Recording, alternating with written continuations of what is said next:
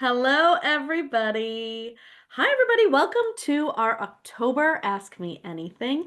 Hard to believe that it's almost Halloween. I mean, Halloween is next week, so wow, already getting there.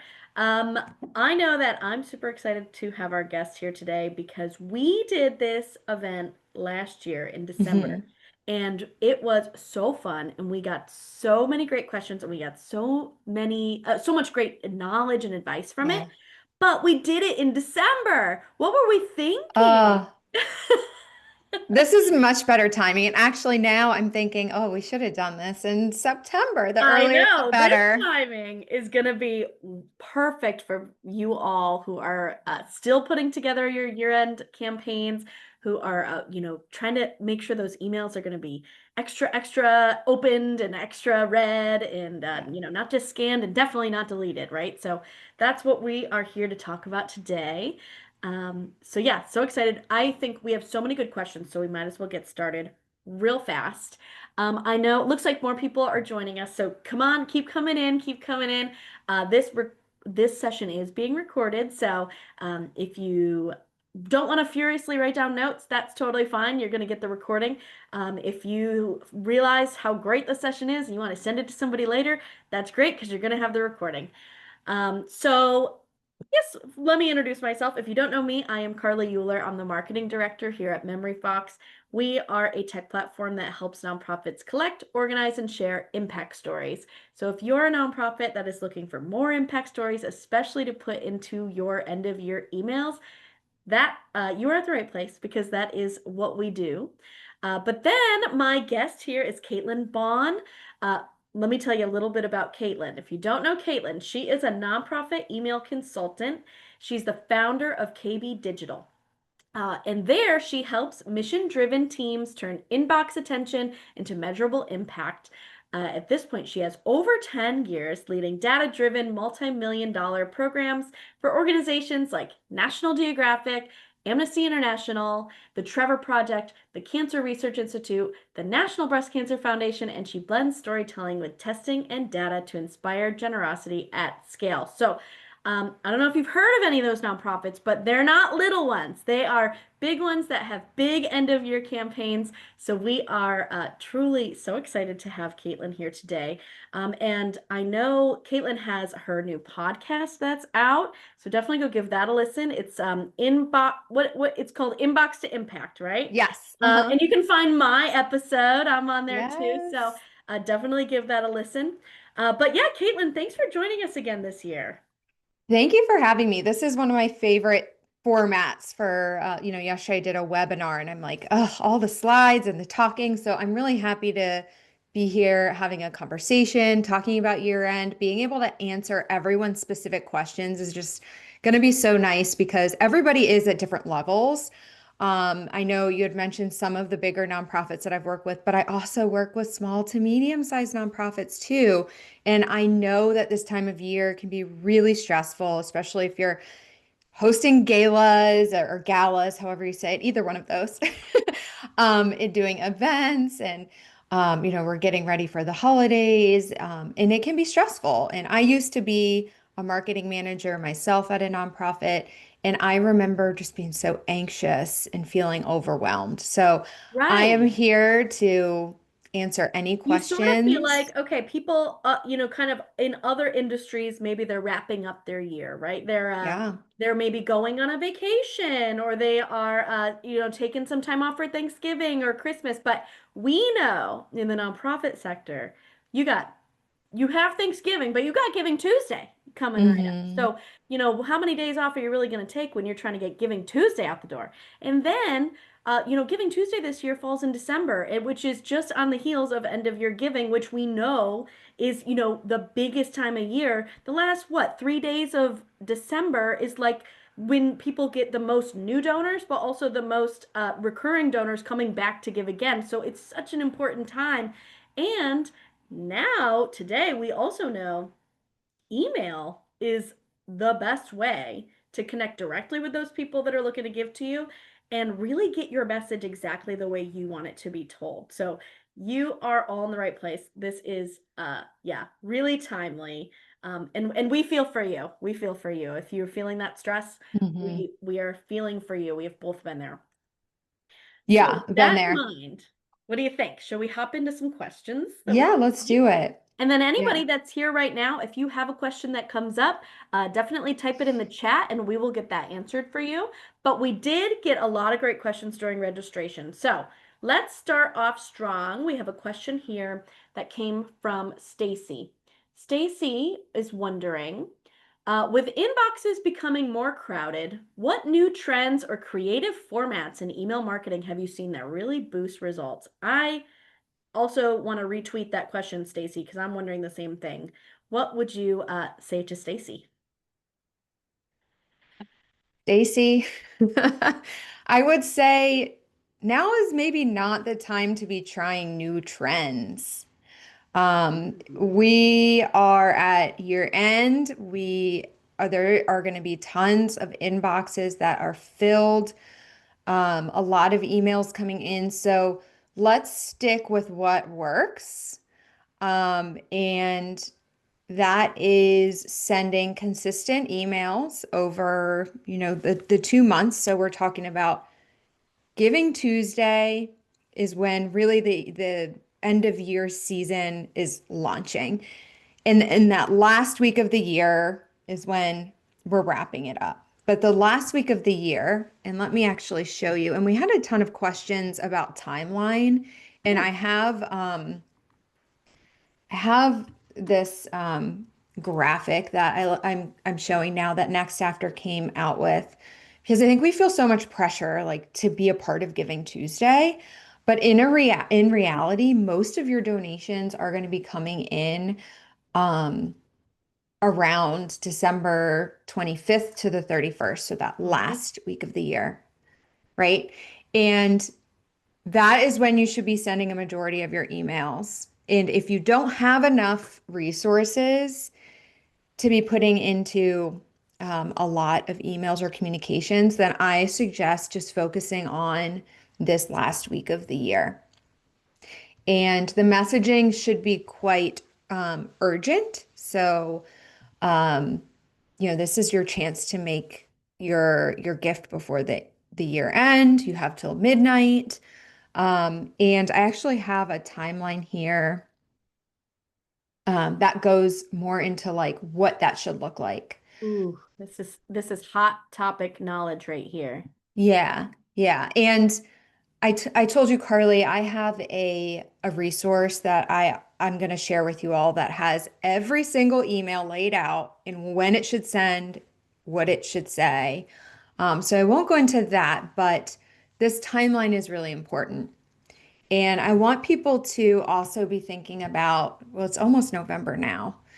Um, I want people to be thinking about in November, can we start warming up our list of emails? So you have your database of email addresses, and maybe you only send one email a month throughout the year. And then all of a sudden, let me show you this graphic. Then all of a sudden, you're sending like, Oh my gosh. 10 to 12 emails. So people are like, who is this person? Why are they all of a sudden spamming me with 10 to 12 emails? And why I don't hear from them any other time unless they want something from me.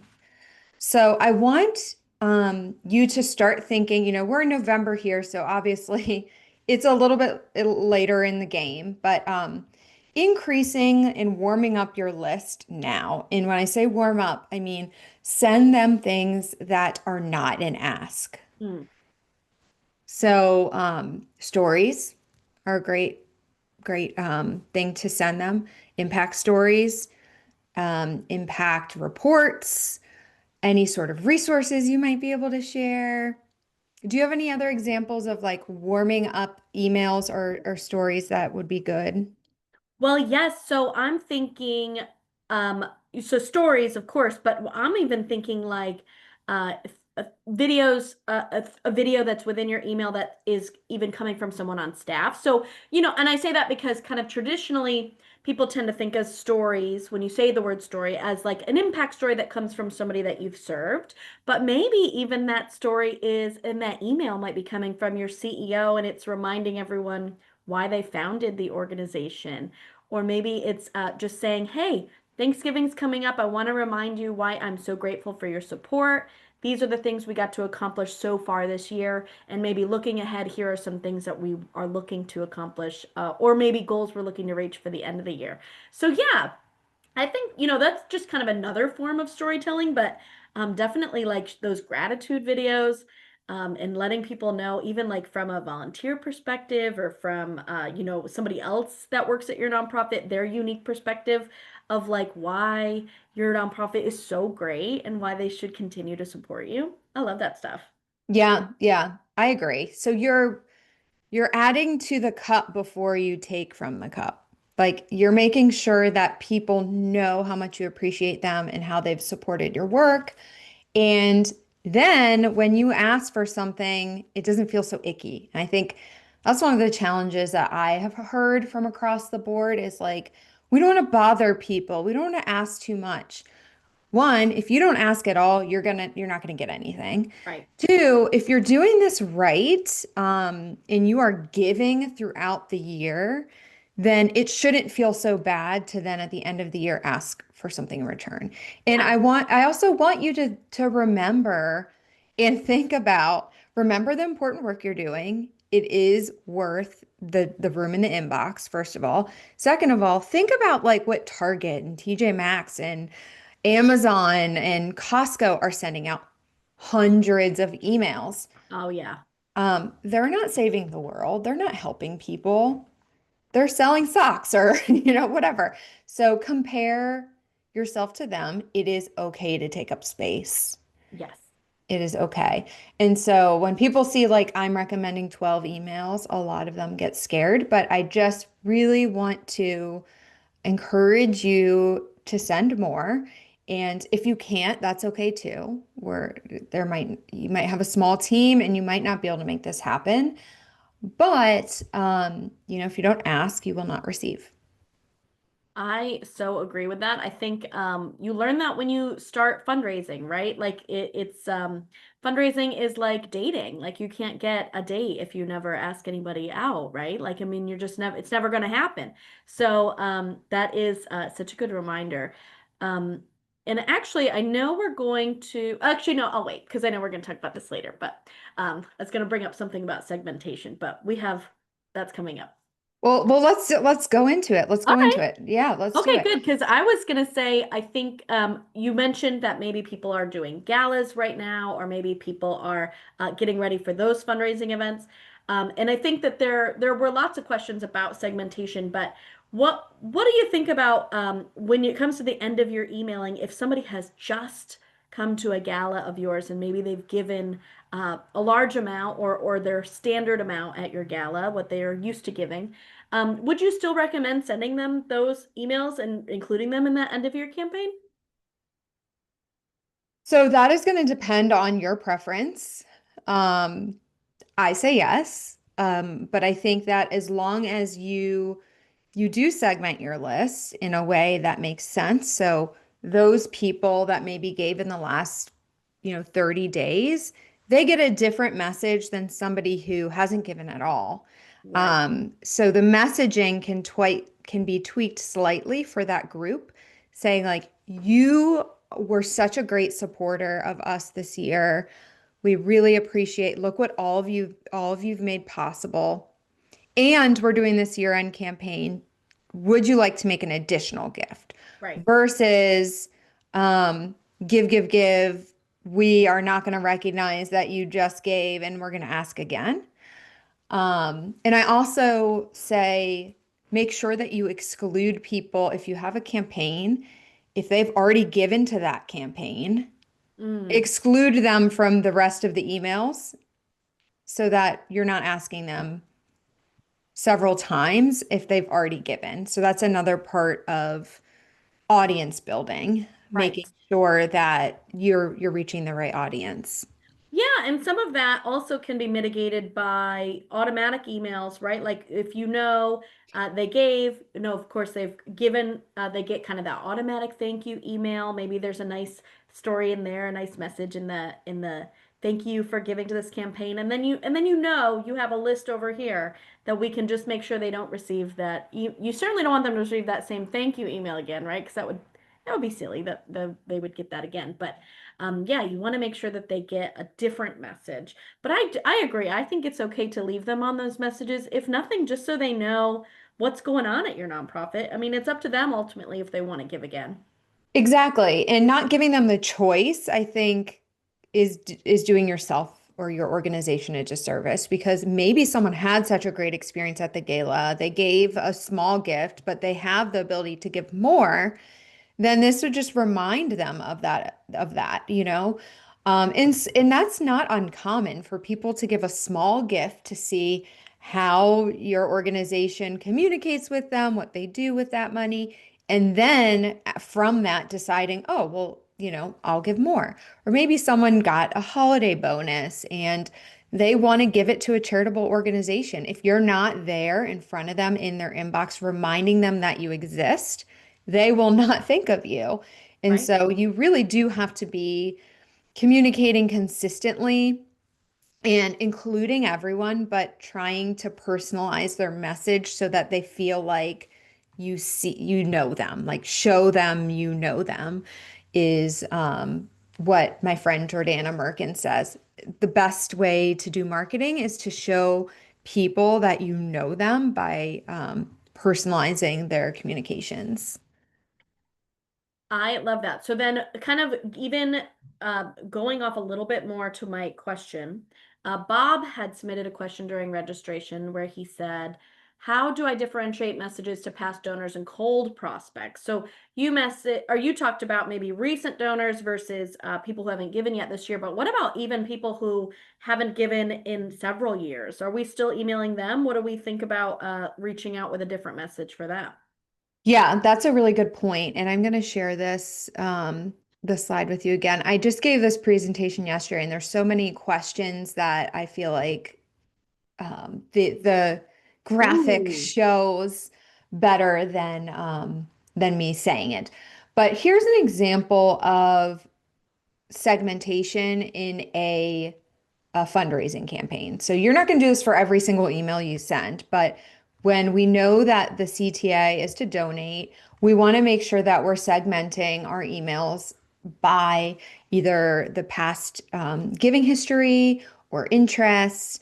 And here's an example of that. So you have 5 different segments. You could maybe start, if you're a small organization, you could start with donors and non-donors. Okay. Okay. You don't need to do all of these, but the organizations who do go all in on their end of year campaign, they have something like this. And so these are the segments, you group them together, and then you personalize just a sentence within the email. So it's not creating 5 new emails, it's creating a new message within that email that speaks to that person's relationship with you. So, for example, if you have a donor, you could say, um, consider the CTA would be consider making an additional gift. Like you've already made this happen for us. We're so thankful for you. Consider making an additional gift. And if not, that's fine. So it's a soft ask, right? And then a lapsed donor, which is someone who maybe gave over a year ago, 2 years ago, but is still on your list and still showing interest in your organization. They're still subscribed. Maybe they're opening emails, maybe they're clicking on emails, but they haven't made that donation. You could say something like renew your commitment. Mm.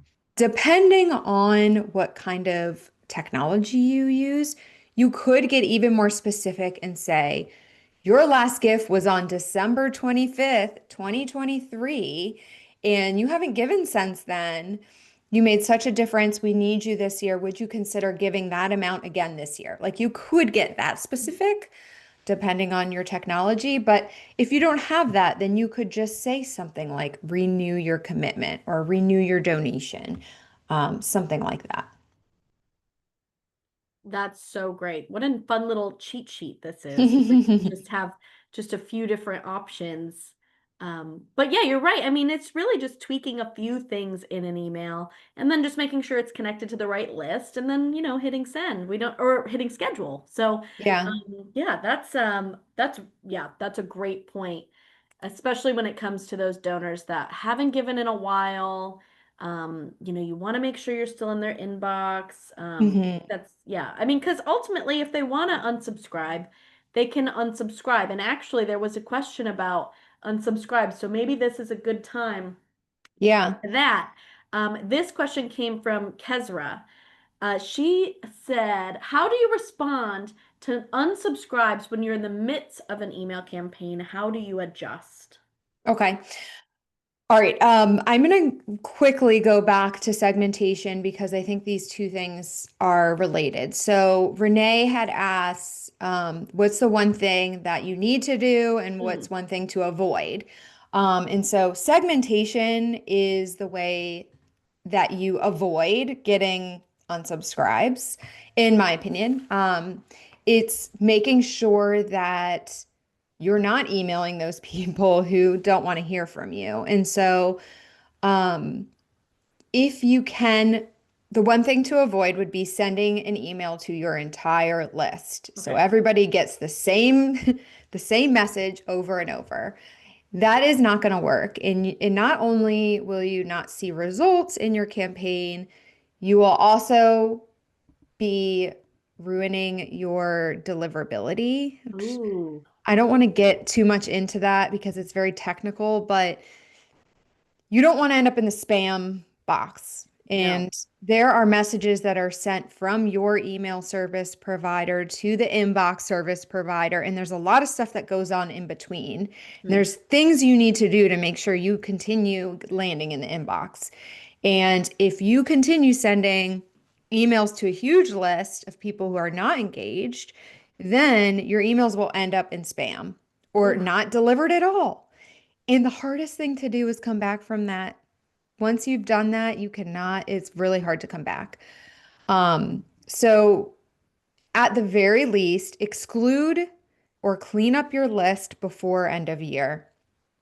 And what I tell people is like, if people are not, I'd rather you have a small list of really engaged people than a huge list of people who are not opening or clicking on your emails. Mm, So look at those indicators. Look at your unsubscribe rates. If you feel they're high, so you can Google like what's a nonprofit unsubscribe average. I think it's 0.09 maybe. If it's higher than that, then I would start questioning what's going on. Like there must be a deeper issue. Maybe it's relevance of what you're sending. Maybe it's mm. this, your list is stale. So like definitely be reporting on these things regularly. And if people unsubscribe, then remove them from your list or archive them. And I want you to think of this as like actually a good thing because they're saving you the work of having to clean your list. If they're unsubscribing, they're just not your people. Yeah. They're just, they're not interested anymore. Maybe they were at one time and now they're not. So don't take it personally. I remove 90 people from my list every month that unsubscribe because they're like, we don't want to hear from you weekly. And I'm like, okay, well, I send a weekly email about email tip, like nonprofit email tips. Okay. I mean, if Yeah. it's You're hard like, to I'm not do, gonna adjust my method. This is what I do. I got lots yeah, of people that like it. yeah. And at first I was like going through all the names, like my brother unsubscribed from my list. I was like, how could he? But That's jail. like he doesn't care about nonprofit email. And so, okay, like, so stop looking and just let it happen. It's okay. People are going to unsubscribe. They're not your people. Your people don't mind you being in the inbox. They actually, most people, it's funny, look, if you look at data, most people say they prefer more communications via email from Mhm. nonprofits than they're getting.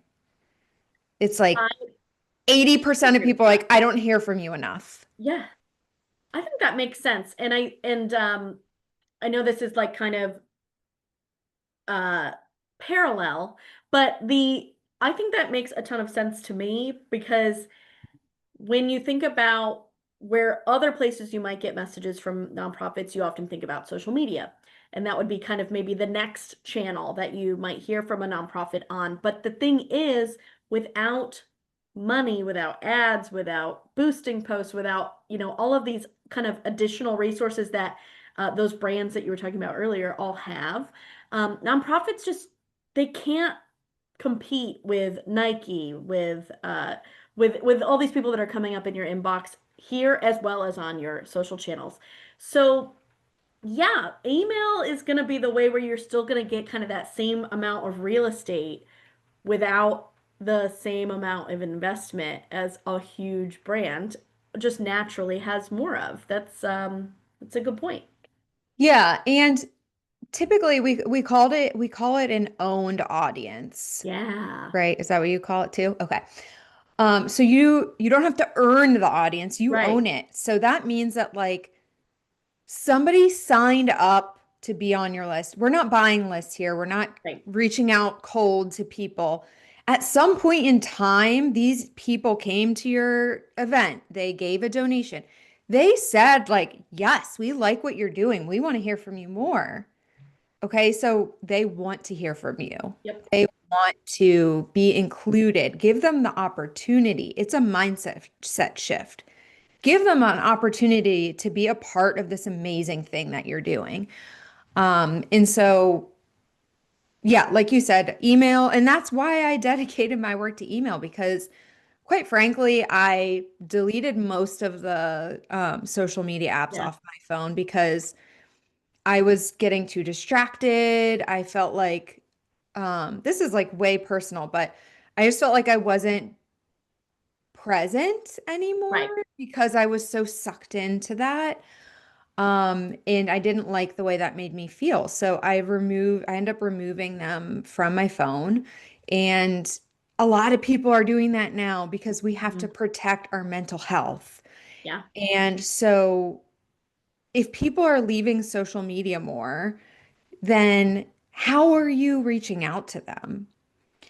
And email is really that next channel that you own. You don't have to pay for.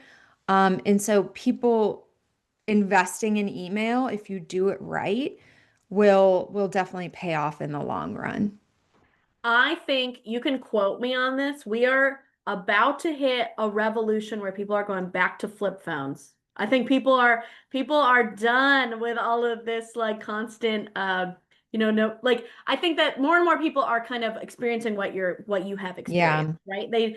They maybe want to be on socials, but maybe only on their computer when they have Mhm. like a certain amount of time that they want to dedicate to it.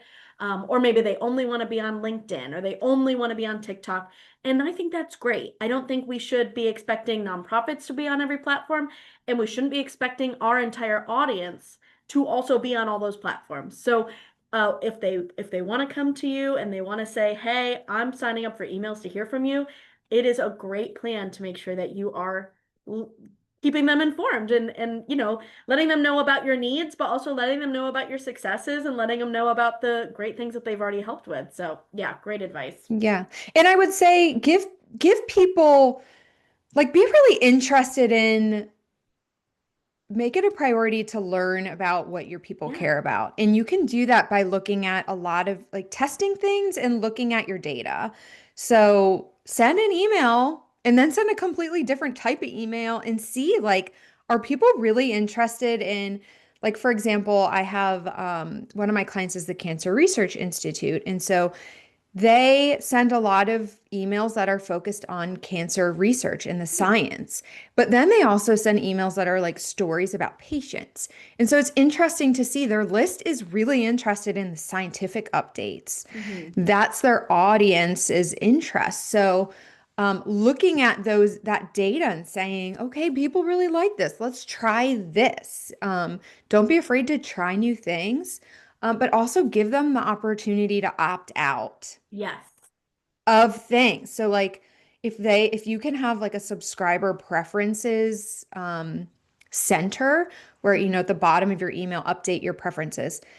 Have fundraising emails be one of those options where like they can uncheck it. Let's say they don't want any fundraising emails, which We I would hope they hate don't and that. make it hard to uncheck.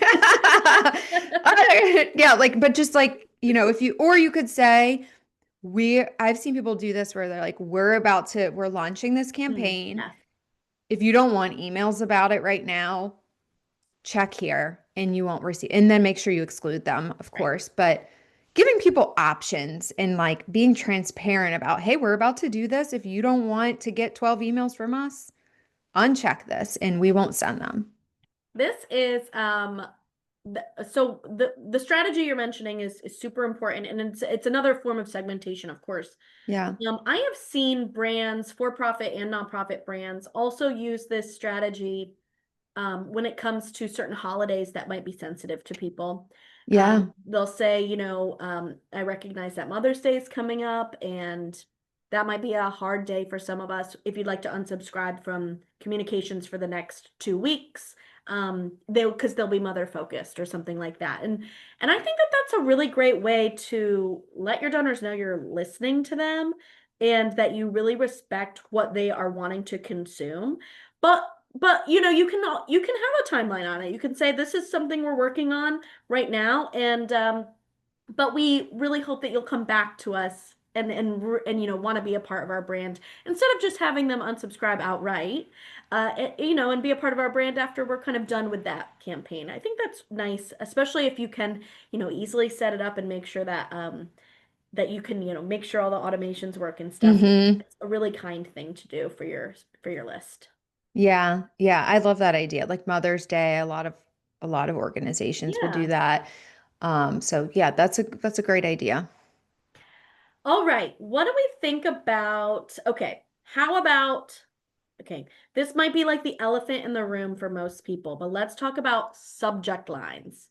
Oh, So, yeah. this was a question that I posed on the registration page, and that a lot of people, when they submitted that they were coming today, they said, I want to hear this question asked. So, the question was, what subject lines and calls to action work best to stand out in crowded inboxes? This is a really good one. And I'm so happy. They always want to know this. If your email does not get opened, what is the point of sending the email? Right. I want you to spend just as much time on your subject line, your sender name, and your preview text, which are the three things that show up in the inbox before somebody opens the inbox. I want you to spend as much time on that as you do as what the content within the email. I think we get so caught up in like making our emails look pretty, Yes.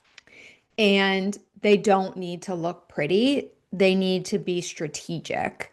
And the way that you do that is by, if you can test, if your platform allows you to do A/B tests, so you have two subject lines and 25% of the list gets subject line A, 25% of the list gets subject B, and the platform will test those two subject lines and say subject A had more opens, and it will send subject A to the 50% that did not get the email yet, right? So use Mhm. technology to your advantage.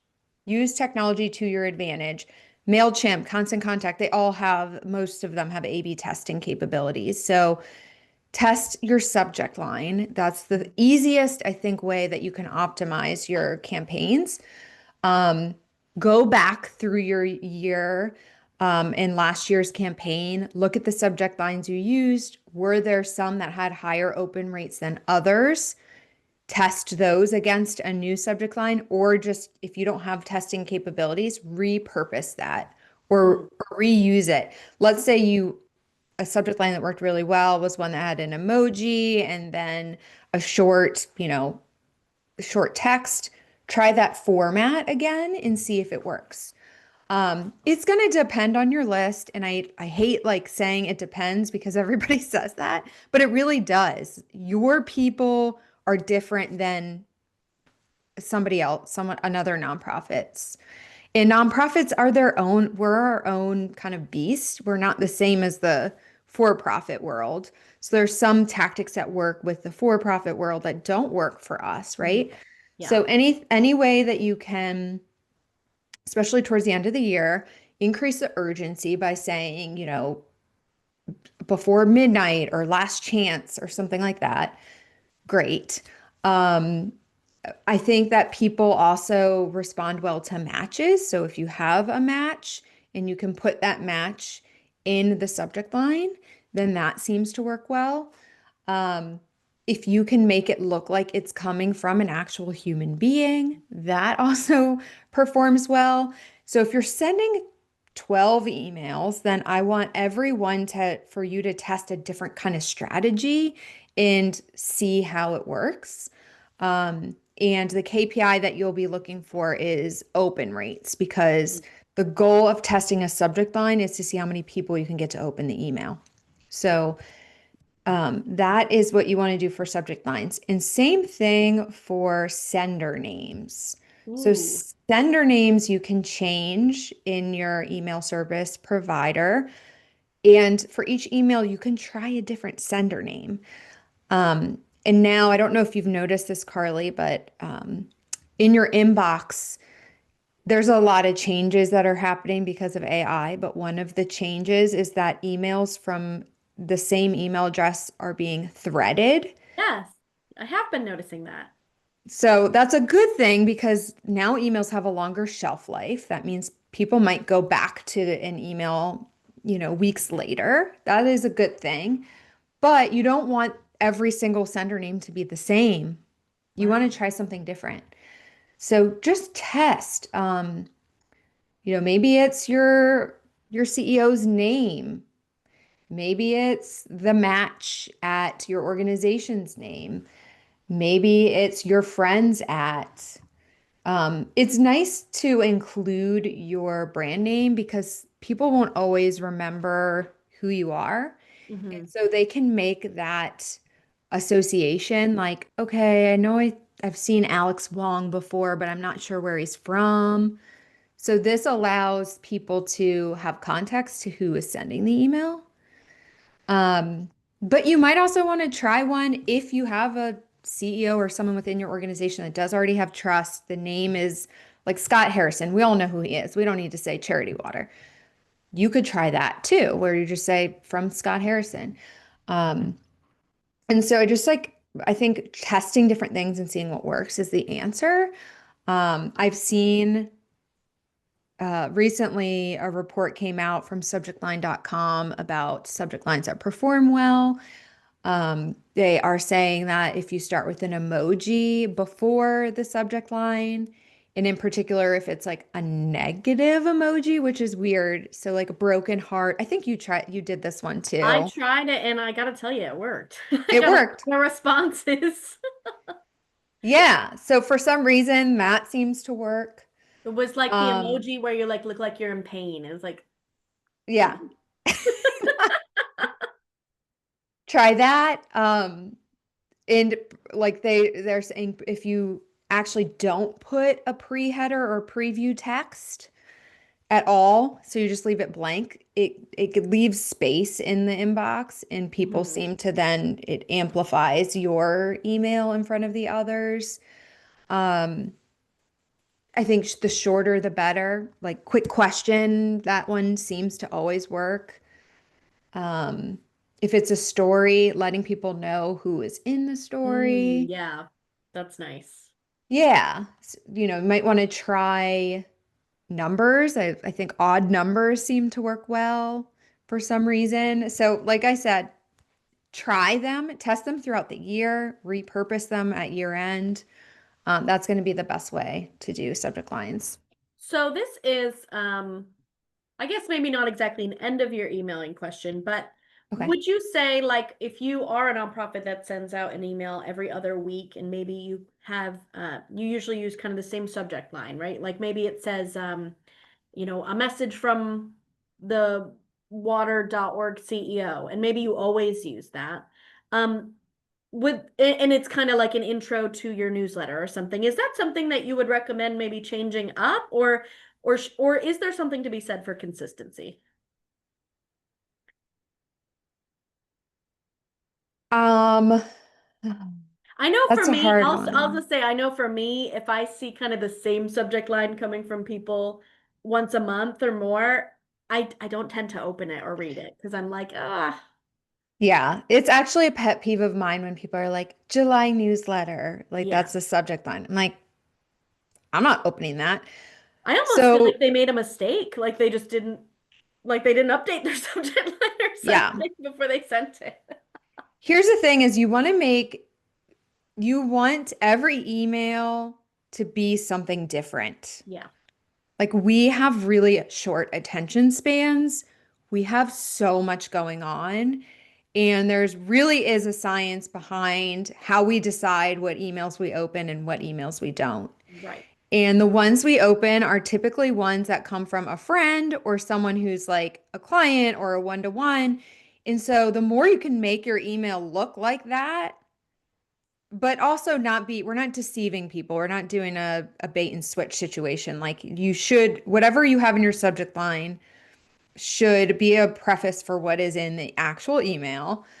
But but yeah, you want it to look like it's an email coming from a human being because that's what people want to read. And so I don't think you should remain consistent. I think we should switch things up and try new things. And every time you try a new template or a new graphic or a new sender name, I bet you'll see that your KPIs will get better and better over time. So try something, learn, tweak, try something, learn, tweak. And then hopefully when you get to these campaigns, you already have enough learnings that you can be like, okay, this worked throughout the year, let's redo this. Or like this email worked last February. Let's update it and reuse it. People don't remember. They're not going to remember that you sent the email in January or February or last year. That's my favorite hack is if you're a small nonprofit and you don't have time to do all of this, just take something you've already done and like you said, a video. Take a video from your bank of videos and reuse it. Yeah. Why not? Yeah, let's not assume everybody watched it the first time. Mm-mm. We have no reason to assume that. And let's also assume let's not assume they don't want to see it again if they already did. I think Mm-hmm. that's great. Yeah, subject lines. Wow, that is a big topic and it's always changing, right? So it's always worth trying new things. This didn't come up in the registration questions, but this has me wondering, do you ever or would you recommend ever putting into an AI, give me some ideas for subject lines? And if so, are there things to consider for that? Like should we be trusting their advice or what do you think about that? I use AI for all my subject lines. There you go. You heard it Yeah, from the so expert, to paste in your email, say, can you give me 10 subject lines? But then you're the filter, right? right? You make the decision. You are the one who knows your list and your donors the best. So whatever one in your gut, like I wish I could give you a Yeah, better, explanation, but in my gut before I send an email, I like know the subject line's good and I feel good about it. I'm like, this is a yeah, good one. So yeah, definitely test if you can. If not, just use your judgment. Is it an email you would open? right. Or is it look too, like, I think sometimes it's too corporate, too professional. Like the first letter is capitalized and every word. I don't know what that's called. That's called something, right? I don't know. There's Okay. probably a term for it, but I couldn't tell you. Like that to me is a red flag that it's an email I don't want to open. Right.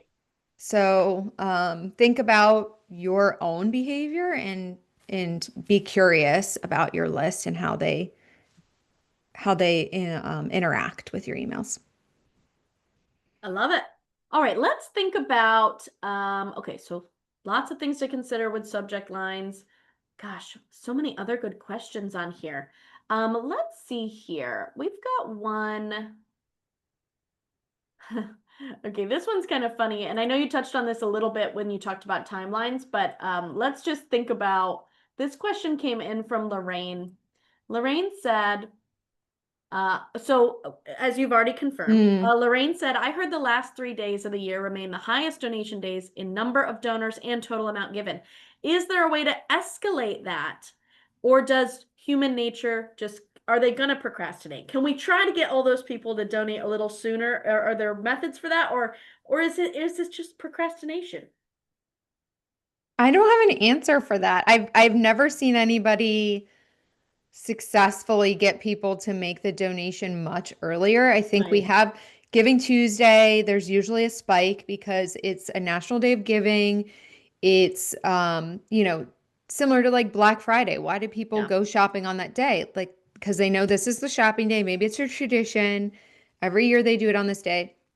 It's the same thing for year end. I don't think there is a way. I mean, being present and being consistent, and following this timeline that I gave you, where you are still communicating with people in between Giving Tuesday and year end, and you're giving them that opportunity if they feel inclined to give, to give. And by the way, you should have a donation form that you're pointing people to. So everything between those 2 days, have it a pop up on your homepage, your end of year donation form, on your social media channels, end of year donation form. Mhm. Everywhere should be pointing them to that donation form. And so everything that you are doing on all of your channels are to get people to that form. Right. And you should be doing like nothing else during the last month of the year. And hopefully, things will trickle in. But for some reason, that is how it is. I don't know why. Um, I don't have a Yeah, better explanation. I think there's probably a lot of psychological reasons. I do think procrastination is probably one of them. But really, honestly, I think people are, they're in the spirit of giving, right? Hmm. You just experienced Christmas. Maybe you have all of these wonderful, warm things that you've just experienced with your family and with your friends, and you're comforted. And maybe you have a few days off, and you're just thinking about, okay, these are the things I usually do at the end of the year during Hmm. these 3 days. Um, yeah, like you had already mentioned, maybe they usually set aside some time to like really think about where they want to give their end of year gifts. And yeah, I don't know if we can really escalate that, but you've already mentioned that sending many emails throughout the month is a way to certainly try to do that.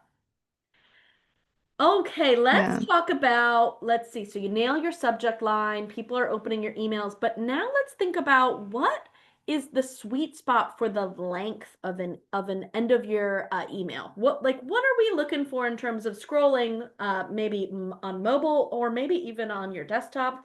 How much do people even want to read? I mean, what are we looking at here, do you think? I think that there should be a variety of lengths, because some people, if it's a story and it's interesting enough, they will read the whole thing. That is true. And I actually tested this with one of my clients where they were sending super short stories and they were pointing people to the video or the website or the blog post. And we tested a longer version where we actually teased out the entire story in the email Mm, instead of bringing them to the video. I mean, the video was still in it, but there was more context, and people definitely read and donated more to the wow. longer version. So your test that with your list. I want short emails. I want long emails. I want you to try lift notes. And so a lift note is like, let's say you send an email the morning of Giving Tuesday Mm, that's saying, hey, today's National Day of Giving. Here's what we do. Be a part of it, blah, blah, blah. In the evening, I want you to send another email that's like almost a forward of that email in the morning that's super short from your ED saying, hey, just wanted to let you know that make sure you saw this. Um, there's still a few more hours to give for Giving Tuesday. So thinking of like, okay, people might not want a full email, but could you send just a small forward or something like that? And then some can be longer. So variety at this time of year and when you're sending this many emails, change it up, and see how that performs, I think. great Um, advice. and then Lorraine, I just don't want to leave without answering her question I see in the Q&A since this is a Ask Me Anything. Oh, She's saying that she's headquartered in California, but she's in Colorado with a smaller group. Colorado has its own Giving Tuesday Hmm. 1 week after December 2nd on December 9th. How would you handle this? I would use segmentation for this. So it's likely that only people that live in Colorado are going to give to this Colorado Giving Tuesday Right. or Colorado Day. So I would send us maybe just one email or two emails on that day if you have a small team and you don't have the capability of saying like Colorado's doing this, we're participating. Because you live in Colorado, we thought you would be interested. Mm. Show them you know them, show them you know they live in Colorado, and I would just do that. I mean, Yep. knowing that Giving Tuesday and these days of giving are only like 4% of where the giving is coming from, I think that when I was a marketing manager, I really hyped up Giving Tuesday more than I did end of year.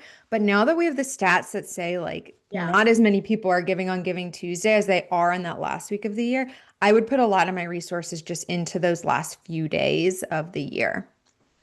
I agree. Yeah. I think that that makes so much sense.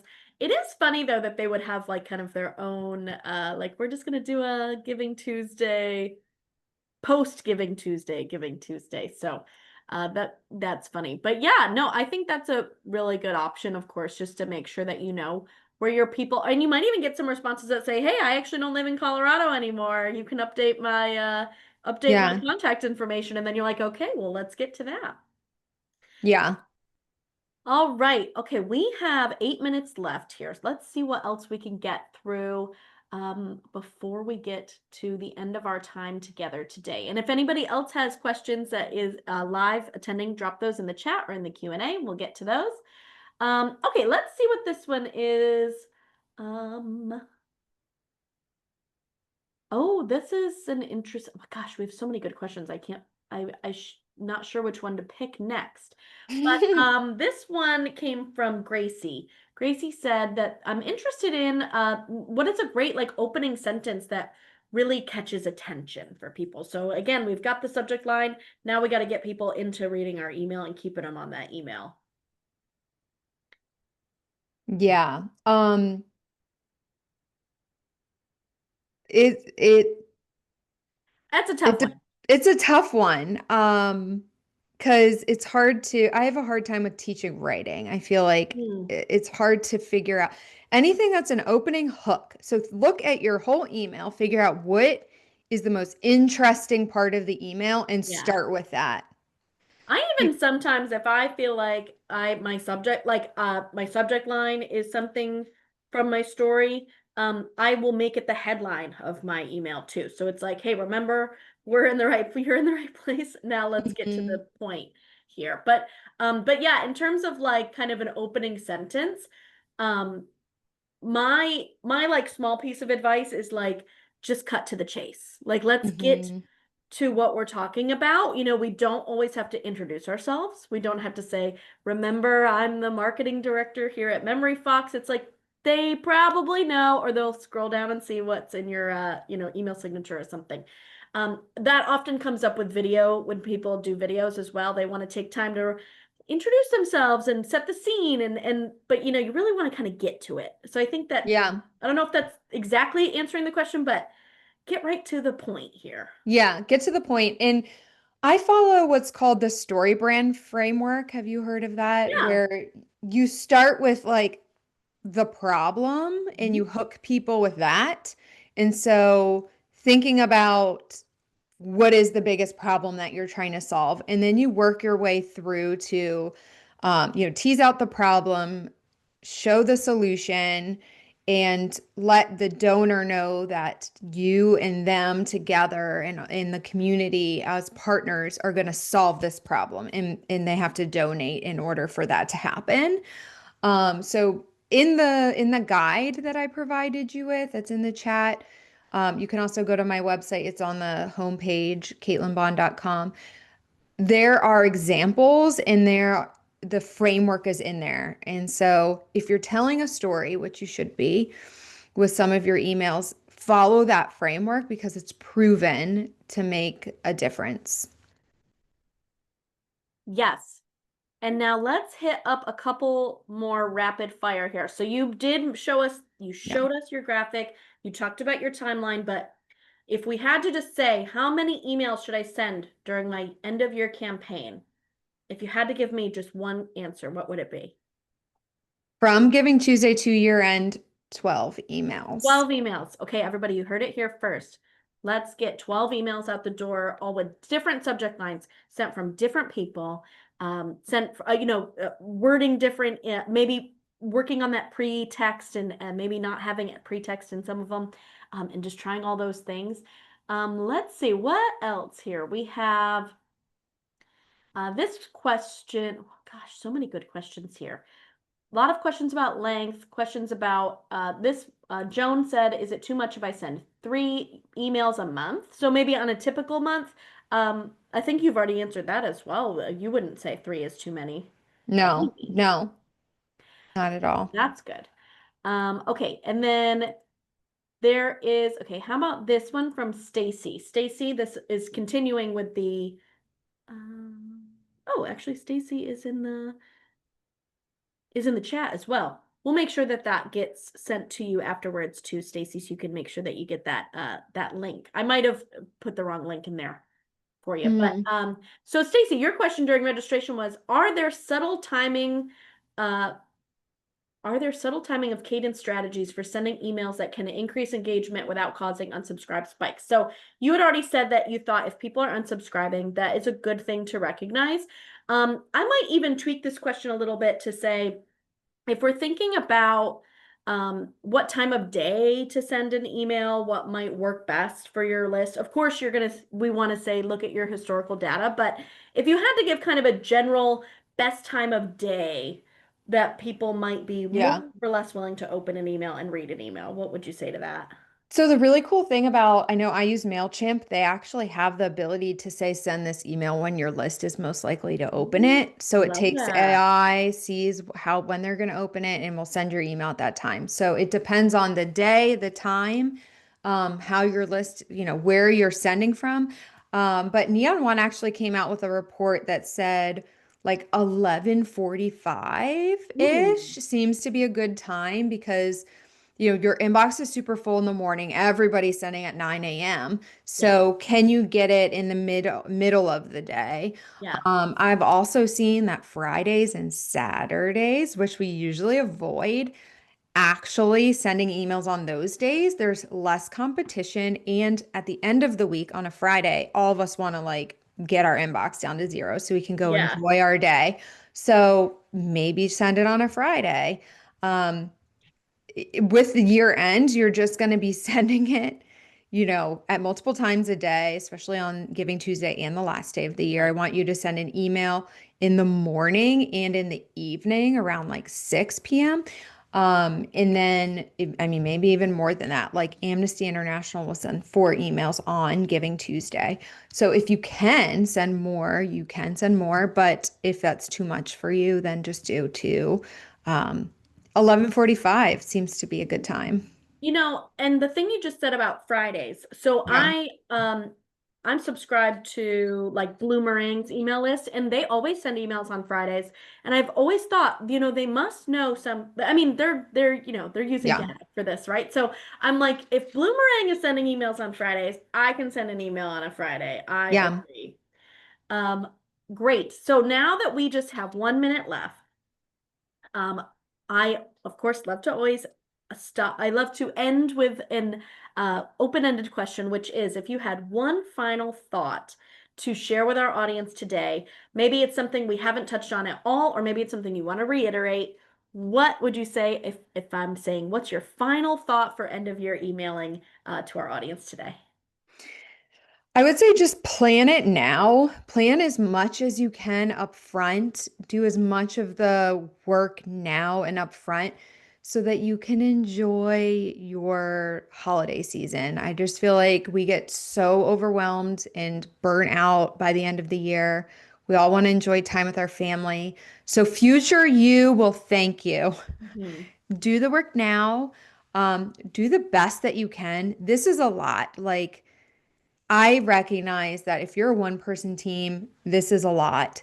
Hmm. Strip it down, make it your own, do the best you can, learn from it, and move on.